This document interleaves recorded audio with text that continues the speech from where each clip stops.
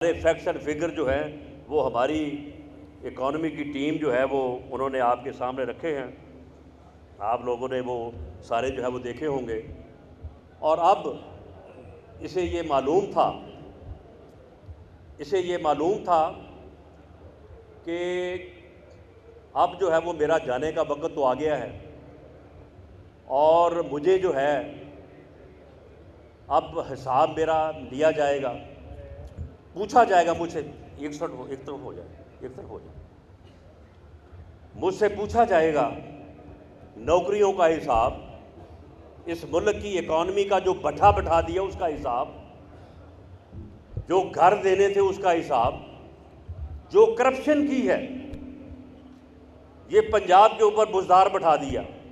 कहता है अमेरिका ने मेरे खिलाफ साजिश की है, यानी अमेरिका ने साजिश की है कि बुजदार को जो है वो हुकूमत से निकाला जाए। वो भाई ये बुजदार जो है, ये जो 65% पाकिस्तान है, पंजाब बड़ा सूबा है, पाकिस्तान का 60-65% जो है वो पंजाब बनता है। वो इसके ऊपर तुमने एक ऐसा नालायक आदमी बैठा दिया जो खुद कहता था साल बाद कि मैं ट्रेनिंग ले रहा हूँ, जिसने पोस्टिंग ट्रांसफ़र में भी लोगों से पैसे लिए, जो फराह खां के एजेंट के तौर पे जो है वो चीफ मिनिस्ट्री करता था, अब वो जो है वो भाग गई है और पैसे भी सुना है कि वो सारे ले गई है। मुझे कहा गया कि जी इसको पकड़ा जाए। मैंने कहा कि पहले इसके पैसे पकड़ेंगे उसके बाद इसको पकड़ेंगे। उसकी वजह ये है कि हमने इन वाला काम नहीं करना कि बंदे को पहले पकड़ लो उसके बाद फिर उसका जुर्म ढूंढते फिरो। पहले जुर्म को पकड़ो, उसके बाद वो जुर्म खुद बताएगा कि मैं किससे सरजद हुआ हूँ, और ये पकड़ेंगे इंशाअल्लाह ताला। बुजदार साहब ने भी जो है वो पैसे जितने भी हैं उनके पास उन्होंने किसी देग में डाल के कहीं दबाए हुए हैं। वो इंशाअल्लाह उस देग का पता चलाएंगे कि कहाँ पे इसने दबाए हुए हैं, क्योंकि पैसे तो लिए हैं। यहाँ पे एक DGFD आकर लगा था, उसने आते ही कोई फाइल नहीं छोड़ी, उसने जो काम लोगों के जायज़ नजायज़ रुके उसने सब निकाल दिए। तो उससे पूछा कि भाई ये क्या कर रहे हो? उसने कहा 2 करोड़ रुपया दे के आया हूँ यहाँ पे, तो अब मैंने पूरे भी तो करने हैं। उसके बाद फिर वो एक ज़िले में जाके DC लग गया। अब लाजमी बात है 2 दे के अगर DGFD लगा तो DC तो फिर जा 5 ही दे के लगा होगा ना। ये इस तरह से जो है बेड़ा गर्क हुआ, गवर्नेंस का भट्ठा बैठ गया, ब्यूरोक्रेसी का भट्ठा बैठ गया। ऐसे ऐसे लोग मुसल्लत हुए कि जिन्हें अपने काम करने से गर्ज नहीं था, सिर्फ जेबें भरने से गर्ज था। ये जो महंगाई है, एक तो महंगाई जेन्युइन हुई है, उसकी वजह यह है कि इन्होंने पॉलिसियाँ ऐसी अपनाई, लेकिन कुछ ऐसा भी हुआ कि गवर्नेंस का कोई हाल नहीं था। एक आदमी अगर एक चीज़ जो है वो दोपहर को 200 रुपये में दे रहा है, असर के बाद उसने उसका रेट 400 रुपये कर दिया, कोई पूछने वाला नहीं। इस तरह से मुल्क नहीं चलते, इस तरह से मुआशरे नहीं चलते।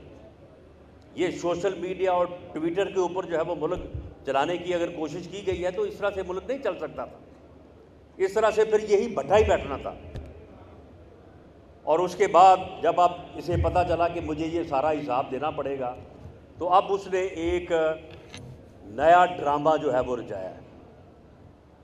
2014 से लेके 18 तक कंटेनर पे चढ़ के एक तरह का ड्रामा किया था, अब एक नया ड्रामा कर रहा है कि जी मेरे ख़िलाफ़ अमेरिका ने साजिश की। इसे बंदा पूछे कि तुमने अमेरिका के ख़िलाफ़ किया क्या था कि अमेरिका को तुम्हारे ख़िलाफ़ साजिश करने की ज़रूरत पड़ी? तुमने पाकिस्तान को एटमी कुव्वत बना दिया था, तुमने पाकिस्तान में एटमी कुव्वत बनाने की बुनियाद रखी थी जुल्फ़िकार अली भुट्टो की तरह, या तुमने मियाँ नवाज शरीफ की तरह इंडिया के 5 एटमी धमाकों के मुकाबले में 6 एटमी धमाके करके पाकिस्तान को पहली इस्लामी एटमी कुव्वत बनाया था? किस बात के ऊपर तुम्हारे खिलाफ साजिश हो रही थी? तुमने किया क्या था? ये MQM जो है, ये तुम्हारे साल पिछले 4 साल से तुम्हारी ये तहदी थी। उन्होंने हमें मुआहदा दिखाया कि जी ये मुआहदा इसने हमारे साथ किया था कि ये मैं सारे काम करूँगा, एक भी नहीं किया। तो लिहाजा हम अब आप पे यकीन करते हैं। आप कराची और शहरी सिंध के मसाइल को हल करने के लिए हमारा पीपल्स पार्टी के साथ भी मुआहदा कराएं और ख़ुद गारंटी भी दे तो हम आपके साथ खड़े होने को तैयार हैं। हमने जब रात को उनके साथ मुआहदा फाइनल किया, अगले दिन सुबह 6 बजे वहाँ पे गवर्नर सिंध जो अपना है, क्या नाम उसका, इमरान इस्माइल, जो गवर्नर हो के खुद गाने गाता था कि तब्दीली आई है, वो बड़ा कहता था कि जी तहरीक इंसाफ जो है ये साफ चली है, शफाफ चली है, हालांकि बेकार चली है। आपके मसाइल को भी जाने और आपके साथ जो है वो तौर भी करें। बाकी ये आपके इल्म में है कि ये इस टेन्योर का 5वां साल है। जिस तरह से मैंने पहले कहा कि पहला साल होता है प्रोजेक्ट्स की बुनियाद रखने का, दूसरा तीसरा साल मुकम्मल करने का और चौथा इफ्तिताह करने का, और 5वां साल इलेक्शन ईयर होता है। तो ये इलेक्शन ईयर में हमें हुकूमत मिली है और इलेक्शन जो है वो फिर इसी साल में होने हैं। वो 2 माह पहले हो जाएं या 2 माह बाद हो जाएं, लेकिन बहरहाल एक मुकर्रर तारीख से वो पहले होने हैं। तो इसलिए कोशिश तो ये होगी कि जो तबाही इन्होंने मुसल्लत की है उसको रोका जाए। महंगाई को अगर कम नहीं कर सकते तो कम से कम कैप कर दिया जाए, और जो आपके छोटे मोटे काम हैं वहाँ से काम जो है वो शुरू किया जाए, यानी एक एक 2-2 रन जो हैं वो बनाए जाएं। इंशाअल्लाह ताला इलेक्शन के बाद कामयाबी हासिल करके पंजाब में भी और पाकिस्तान में हुकूमत बनाएंगे और फिर इंशाअल्लाह ताला चौके छक्के भी लगेंगे इंशाअल्लाह ताला। इसलिए मैंने जिस तरह से आपको कहा था कि एक टेन्योर जो है वो जब मिलेगा कि जिसमें इलेक्शन में कामयाबी के बाद हुकूमत मिलेगी, तो इंशाअल्लाह ताला फिर आपको किसी काम को कहने की ज़रूरत नहीं पड़ेगी। और आपको ये एहसास होना चाहिए कि अब मुल्की लेवल पे भी जो है वो एक मेरी ज़िम्मेदारी है, जो कि मैं समझता हूँ कि कौम की अमानत है और आपका ये एज़ाज़ है, ये आप सब की मेरी तरह इज़्ज़त है। तो उसके लिए भी वक़्त दरकार है। फिर मैं पंजाब के सदर होने के नाते मैंने सिर्फ़ इस हलके से या फैसलाबाद से इलेक्शन नहीं लड़ना, मैंने पूरे पाकिस्तान से इलेक्शन लड़ना है, पूरे पंजाब से इलेक्शन लड़ना है। यानी वज़ीर दाखिला के हिसाब से पाकिस्तान की बात भी बनती है, लेकिन PMLN के सदर के हिसाब से मुझे पूरे पंजाब में इलेक्शन लड़ना है। और ये पंजाब का इलेक्शन जीतेंगे, हुकूमत बनेगी तो फिर ही कोई बात बनेगी, वरना इस हल्के से तो अब भी हम जीते हुए हैं, लेकिन आपकी कोई जो है वो फलाह बहबूद जो है वो नहीं कर सकते। ऐसे ऐसे गांव हैं कि जिनके किनारे के ऊपर जो है वो मेन लाइन सुई गैस की जो है वो आई हुई है, इनसे इतना नहीं हो सका कि चलो उस गांव में जो है वो गैस जो है वो दे दी जाए। यही जो है वो बिजली का हाल है, रोड्स का भी जो है वो बहुत बुरा हाल है। लेकिन बहरहाल पूरी नेक नीति से कोशिश करेंगे कि आपके इन मसाइल में जिस हद तक भी जो है वो कमी जो है वो ला सकें। तो मैं आप तमाम अहबाब का और मेज़बान साहबान का सब का जो है वो शुक्रिया अदा करता हूँ कि आप यहाँ पे तशरीफ़ लाए और मेरी गुफ्तगू जो है वो उसको आपने बड़े गौर से सुना। इंशाअल्लाह ताला अल्लाह ताला बेहतर करेगा और आने वाले दिनों में अल्लाह ताला पाकिस्तान की और इस कौम की बेहतरी के लिए हमसे काम लेगा। बहुत शुक्रिया।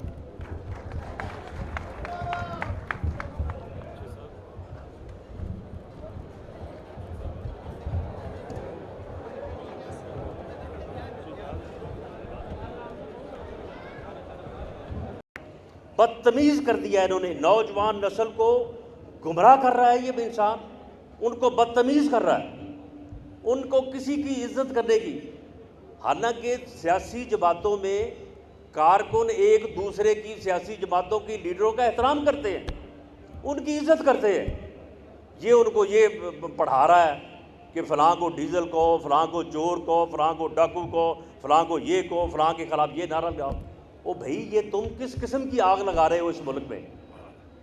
अगर ये तुम आग लगाने में कामयाब हो गए, खुदा ना खास्ता, तो तुम्हारा क्या ख्याल है कि तुम फिर बच जाओगे?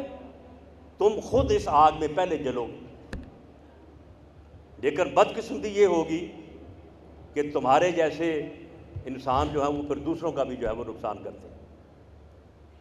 तो वो जो अपना इमरान इस्माइल है, सुबह 6 बजे हम उनके पास से 2 बजे उठे हैं, सुबह 6 बजे जनाब ये उनके पास गया और जाके बड़ी मिन्नत समाजत की कि जी हमें पिछली माफ़ी दे दें, हम आइंदा नहीं करेंगे, ये करेंगे वो करेंगे। उन्होंने कहा कि नहीं भी हमारी बात हो गई। जब उससे पहले इनके अपने बंदे जो इनसे नाराज़ थे, ये कहते हैं कि उनको नोटों की बोरियां दी हैं, उनको जी पैसे दिए। वो भाई हमें पैसे देने की क्या ज़रूरत थी? वो तो तुमसे नाराज़ थे पिछले 2 साल से। जब 2020 का 21 का बजट पास हो रहा था, उस वक़्त इनके 22 बंदे शॉर्ट थे और उन्होंने कहा था कि हम आके वोट नहीं देंगे और बजट पास नहीं करवाएंगे। उसके बाद फिर उनके ख़िलाफ़ जो है वो एजेंसियों ने डंडा चलाया, उन्हें पकड़ पकड़ के जो है वो ज़बरदस्ती गर्दन से वहाँ पे लेके आए और वहाँ पे उनके साथ वो वोट डलवाया। वो भाई वो तो पहले हमें कहते थे कि जी कुछ करें, ये पागल आदमी है, ये इस मुल्क को डुबो देगा, ये इस मुल्क का नुकसान करेगा, आप कुछ करें। अपोजिशन कुछ नहीं कर रही। वो तो हमें कह रहे थे, हमें उनको पैसे देने की या हमें उनको जो है वो साथ मिलाने के लिए हमें किस बात की ज़रूरत थी? तो वो तो पहले से नाराज़ थे आपसे। और ये जो आपके अलाई हैं, आपके इत्तेहादी हैं, BAP है, BNP है, ये जो सारी बलूचिस्तान की पार्टियां हैं, वो भाई ये पार्टियां जो हैं ये तो तुम्हारे साथ थी। जब तक तुम्हारे साथ थी उस वक़्त तक ये ठीक थी, उस वक़्त तक जो है ये मुहिब वतन थी।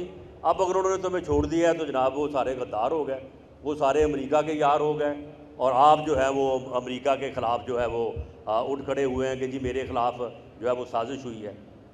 कोई साजिश नहीं हुई इसके ख़िलाफ़, ये सिर्फ़ एक ड्रामा इसने रचाया है और वो ड्रामा इसने सिर्फ इसलिए रचाया है कि जब ये आए आपके पास तो इससे हिसाब ना लिया जाए, इससे ये पूछा ना जाए कि तुमने कितना झूठ बोला था नौकरियों का, इकॉनमी का, महंगाई ख़त्म करने का, बाहर से पैसे लाने का, करप्शन ख़त्म करने का, मनी लॉन्ड्रिंग ख़त्म करने का।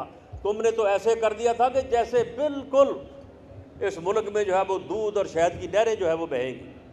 तो उसका हिसाब जो है वो मुझे ना देना पड़े और मैं कहूँ जी मेरे ख़िलाफ़ तो साजिश बहुत हो गई है, मेरे ख़िलाफ़ तो फ़लाँ मुल्क ने साजिश कर दी है। कोई साजिश नहीं इसके ख़िलाफ़ हुई।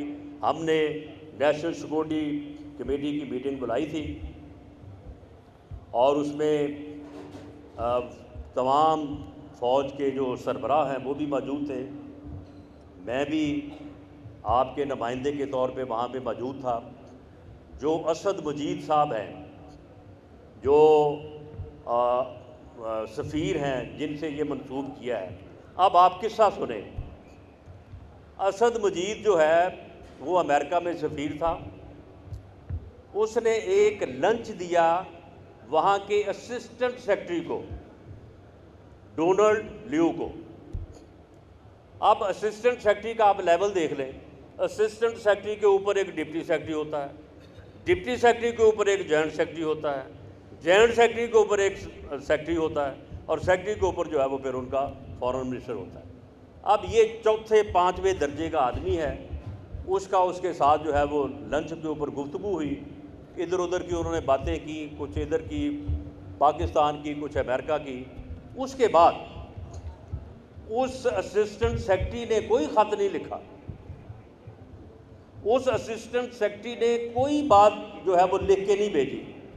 जो हमारा सफ़ीर था असद मजीद, उसने एक रिपोर्ट भेजी जिसे केबल कहते हैं, और वो केबल जो है वो तमाम सफ़ीर जब उस मुल्क में उनके ऑफिशियल से मिलते हैं, उनके लोगों से मिलते हैं, उनके सियासतदानों से मिलते हैं, वो अपनी असेसमेंट करके भेजते हैं। यानी मैं अगर किसी से मिला हूँ और उसके बाद मेरी असेसमेंट है कि यार ये बंदा हमारे बड़ा ख़िलाफ़ है, ये यूक्रेन की जंग में भी ये चाहता है कि पाकिस्तान का किरदार इस तरह से नहीं होना चाहिए, ये अफ़गानिस्तान के हवाले से भी नाराज़ है, और मैं ये लिख के भेजता हूँ कि जनाब ये बंदा जो है ये थोड़ा बड़ा अग्रेसिव है, गुस्से में है और ये इन बातों के ऊपर जो है वो हमें ध्यान देना चाहिए। अब वो केबल जो है वो आ जाती वजारत ख़ारजा में। अब वजारत ख़ारजा में उसको फर्दर जो है उसको एक्सप्लेन किया जाता है कि ये सफ़ीर साहब ने ये बात लिख के भेजी है, इस बात का ये मकसद हो सकता है, इसका ये भी मकसद हो सकता है, यानी इसके मानी ये नंबर 1, नंबर 2, नंबर 3 ये जो है इसके मानी हो सकते हैं। और वो सफ़ीर जो है वो गवर्नमेंट का मुलाजम है, उसकी तकर्री जो है वो शाह महमूद कुरैशी ने की है, उसने केबल लिख के भेजी है। आगे जो पैराफ्रेजिंग हुई है वो यहाँ पे दफ्तर ख़ारजा के मुलाजमीन ने की है, वो सारे गवर्नमेंट के मुलाजम हैं, शाह महमूद कुरैशी के जो है वो मुलाजम हैं, उसके मतहत हैं। अब वहाँ से कोई अल्फाज एक दो कि जी मदाखलत हुई है, ज़बान बड़ी अनडिप्लोमेटिक थी, बड़ी हार्श थी, तो ये हमारे मामलात के ऊपर जो है वो उनका जो है ये दखल बनता है। हालांकि इस किस्म की गुफ्तगू हम भी करते रहते हैं। इंडिया में इलेक्शन हुआ, हमने कहा कि मोदी जीत जाएगा तो कश्मीर का मसला हल हो जाएगा। जब अमेरिका में इलेक्शन हुआ तो वहाँ का जो इमरान खान था, अमेरिका का ट्रंप पागल आदमी, हम भी चाहते थे ये हार जाए, जो बाइडन जो है वो जीत जाए। तो क्या ये हमको साजिश कर रहे थे या हम कोई मुदाखलत कर रहे थे? एक हमारी गुफ्तगू थी या हमारी एक राय थी या हमारी एक ख्वाहिश थी। तो उसको जो है इसने जिस दिन MQM ने हमारे हक़ में फ़ैसला किया, हमारे साथ मुआहदा किया, उसे इस वक्त उसे पता चल गया कि अब मेरी कहानी जो है वो ख़त्म हो गई है। तो उस दिन इसने जनाब ये लाया कि जी ये ख़त है, ये अमेरिका से आया है, ये मैं आपको दिखा नहीं सकता, ये मैं आपको पढ़ा नहीं सकता, ये मैं इसकी कॉपी भी नहीं दे सकता, लेकिन इसमें एक बहुत बड़ी साजिश जो है वो मेरे ख़िलाफ़ हुई है। हमने जब उस सफ़ीर से नेशनल सिक्योरिटी कमेटी की मीटिंग में पूछा, उसने कहा कि जी ये जो इन्होंने यहाँ पे मेरे ख़त से मानी अखज़ करके जो चीज़ें लिखी हैं, मेरा उससे कोई ताल्लुक़ नहीं है।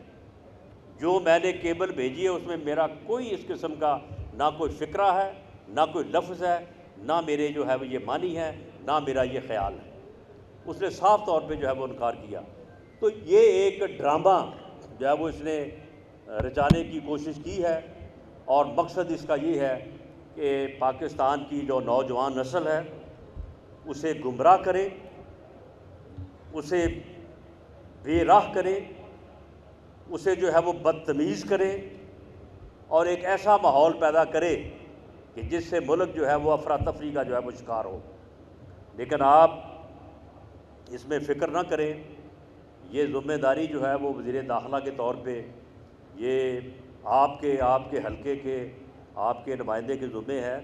तो इंशाअल्लाह ताला इस ज़िम्मेदारी को पूरी तरह से जो है वो निभाएंगे और इनको इंशाअल्लाह ताला फाका हो जाएगा।